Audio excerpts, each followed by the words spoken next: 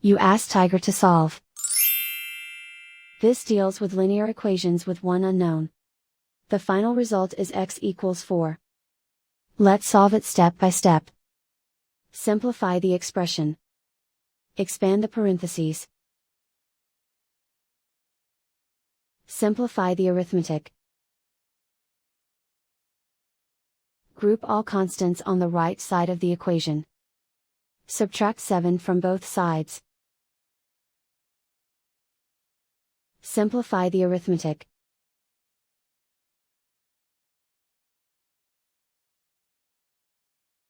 Isolate the x. Divide both sides by 5. Simplify the fraction. Find the greatest common factor of the numerator and denominator. Factor out and cancel the greatest common factor.